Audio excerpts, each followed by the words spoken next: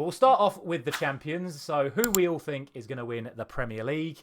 And they are revealing now. So I have gone for Manchester City. Dan has gone for Manchester City. Chris has gone for Manchester City. But Harty has gone for Arsenal. So I think we will go to you first, George. Why have you gone for Arsenal? I think, well, if it's not going to be Man City, it's going to be Arsenal. I think there are comparisons, maybe it's wrong to draw comparisons, but it reminds me of when Liverpool won. We kept on losing to Man City, and then I think Arsenal now, in a sense, know they have to win, and they know they can't afford to draw. I just think as well. I think Man City 5 in a row. Do they have that hunger? I don't know. And then there's the things with the charges and possible points deductions, and I mean that could be the reason why. I know that's I know. Yeah, I don't want to bank on that, but I just think I don't know. I've got a feel. I mean, they weren't. I mean, how much did they miss out by last season? 2 points. It was 5 points. It's 5 points 2 years ago. 2 points last year. So if they get that 3-point gain again, they'll win it by a point this year. They've got a It reminds me of when Liverpool finally won the league after we'd missed out again on the last day. I remember that first day of that following season, they were just. I was almost sort of given up. I don't know what Dan felt like, but then I remember watching the game. I can't remember who we played, but just the fans were like going crazy. Like they had to win. They knew they had to win every single game. It was we had 2 seasons of what was it, 97 and 98 or something like that. We basically just scraped 100. Any other, I think there was a stat that any other season we would have won them both.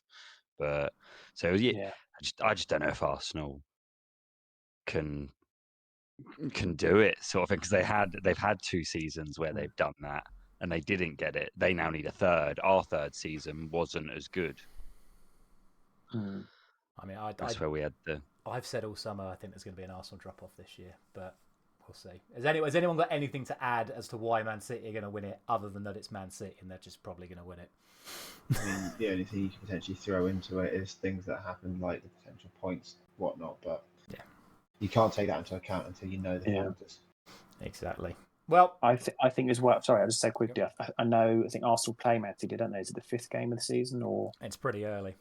Quite early, yeah. I know for us, again, drawing comparison, we played City at home, didn't we? Quite early on, we won that game.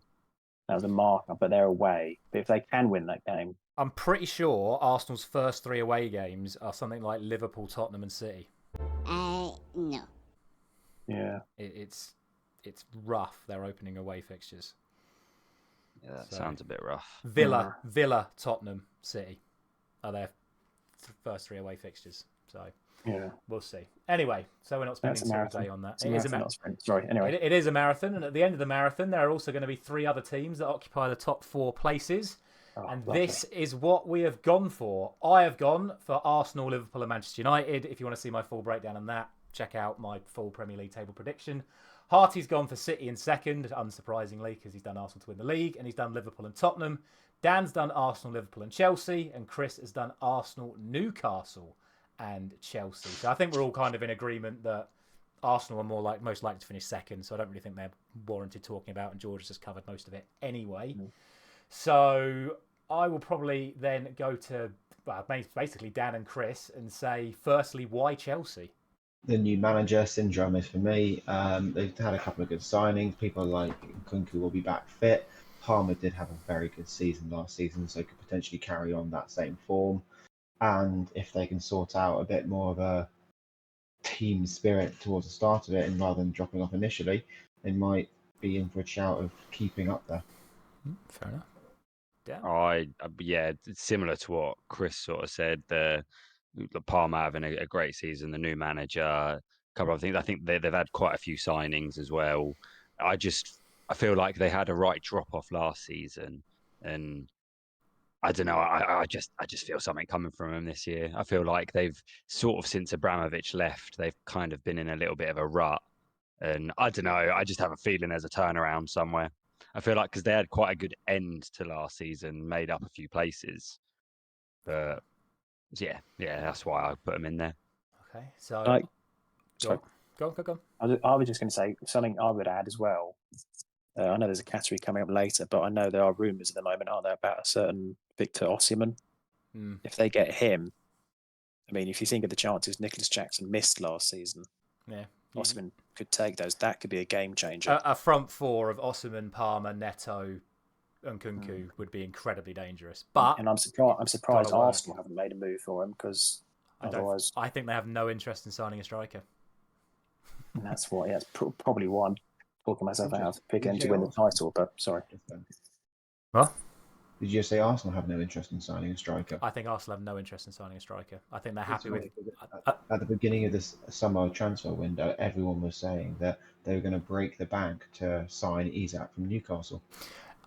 Yeah, but they didn't. They didn't. There was a buyout clause, and they didn't go for it. So I think they're happy with Jesus and Havertz.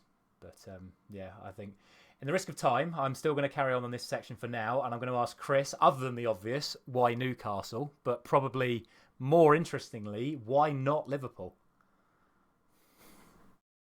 New manager. Same as with Chelsea. I don't know. Just the same sort of answer, but I thought they could drop off a little bit more and then go end up. You're looking at Chelsea's business, going, they've done well. You're looking at Liverpool's business and going, oh, they've done no business. Not necessarily that. It's just, I don't know. You've got to. One of the teams has got to make way, and if some other teams are performing very well, Liverpool may not get along with the new manager and the new style. Fair enough. And I've got to ask finally. Pre-season's been. You can't take pre-season into account, because you No, also say you that can't. Newcastle pre-season has been very good, but it's you never know. It was just went on a gut. And then finally, George, Tottenham. Yeah, I think Ange Postecoglou usually does quite well with it in his second season. I think they'll need to be sort of, I guess, lucky with injuries in terms of, last season, Van der Ven missing quite a few players. But Solanke, I think they've overpaid for him, but I think he will get goals. Chelsea have made good signings, but they'll have, a new manager. It'll probably take them time to gel. I think Tottenham might just do it over the others. But yeah, I mean, it could be anyone really.